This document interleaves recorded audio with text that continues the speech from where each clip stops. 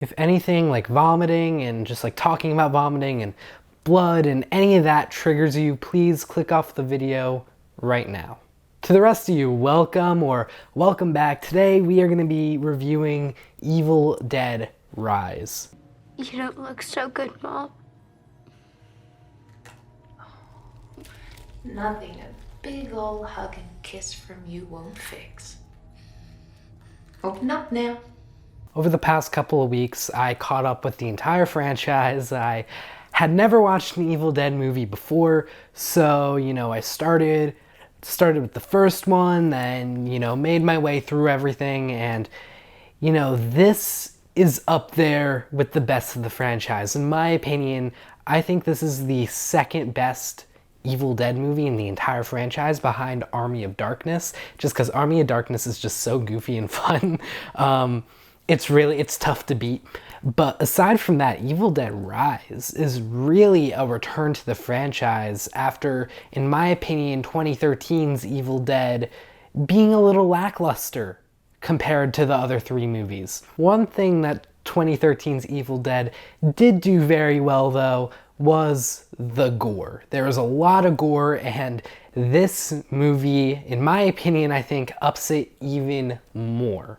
I think this is probably the goriest a major studio is willing to go with a movie. On top of that, you had lots and lots of vomit of many different colors, like any color you can imagine vomit being, it probably was that color in this movie. In fact, it was so gross where one person in my theater had to get up and they threw up at some point because me and everybody else were leaving and we had to walk around just a bunch of vomit on the floor. And I just felt so bad for the employees who were just sitting there looking at it we have to clean this up. So that's the kind of movie this is. And if that's not your thing, then really don't watch this movie. It is a very skippable movie for you. But if gore and vomit and disgustingness is your thing, definitely check out this movie. And what I think this movie does do better than the 2013 Evil Dead is that it's actually kind of funny.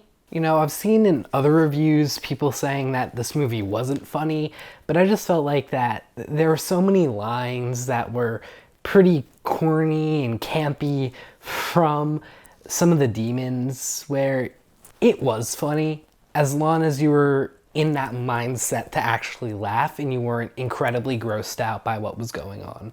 This movie also does some firsts for the franchise that we haven't really seen yet. First off, they are not in a cabin. The only other Evil Dead movie that we've seen not at a cabin was Army of Darkness, but that movie was it was so different from every other Evil Dead movie where I can't even really count it. But this one, rather than being focused on a cabin, it's focused on this apartment building in LA, and it really just had a bit of a different feeling than all the other Evil Dead movies, and in my opinion, maybe even made it a little scarier because you're in this building with so many other people and you're still completely and totally helpless.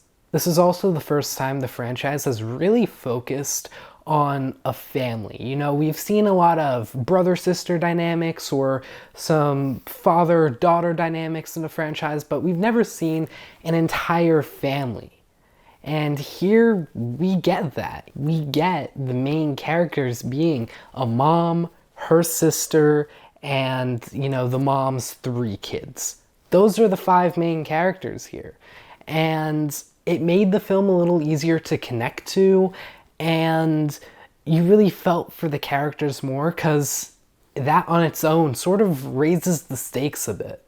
Another first is Nell Fisher's Kassie, who is the youngest character we've seen in the franchise.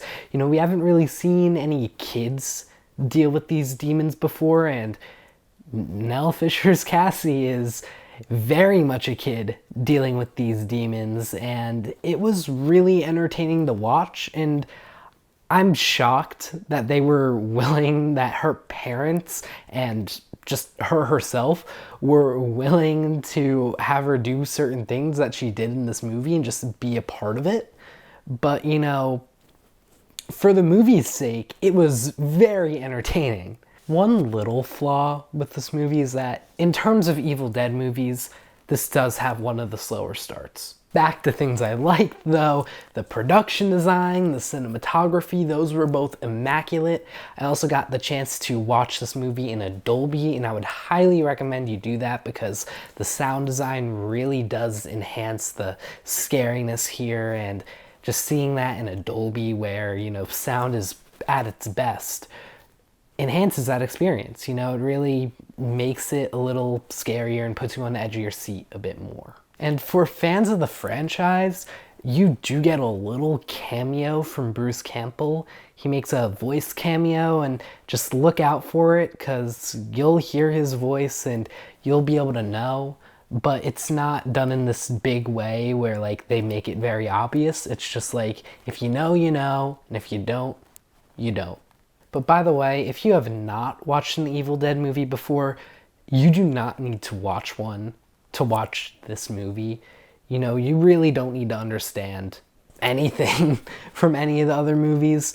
There's a few Easter eggs, I guess. You know, mainly it was the Bruce Campbell voice bit. But aside from that, you can go into this completely blind from this entire franchise and still have a fantastic time. Something I also really appreciated about this movie was that they really stuck to one main demon as, like, you know, just the main villain, I guess. You know, like, all the demons are obviously a villain, but the main one, the one you see the most in the trailers, is there most of the time and is just sort of that demonic face and that demonic presence that you're just used to. And I think that's important because in 2013's Evil Dead, they didn't really have a main demon.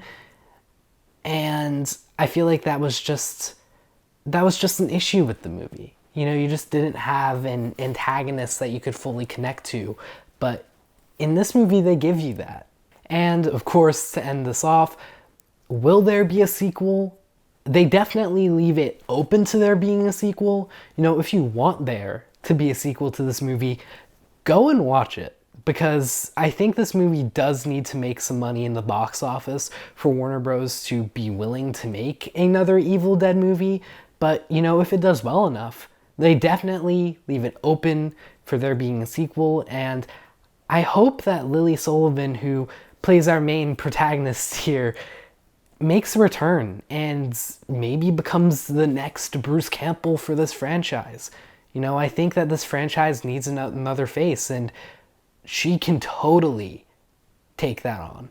All in all, I think this is a 4-star movie.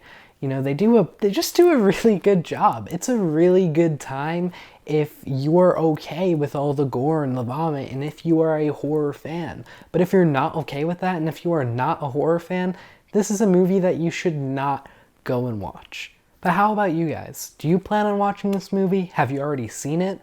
What were your thoughts? I want to hear all you have to say in the comments down below. If you like this video, feel free, click like, subscribe, do whatever you gotta do. If you want to keep up with the movies I'm watching, feel free to go follow my letterbox in the description below. And another movie I saw today, another horror movie actually, was Beau is Afraid, and I made a review of it that you can click on right here.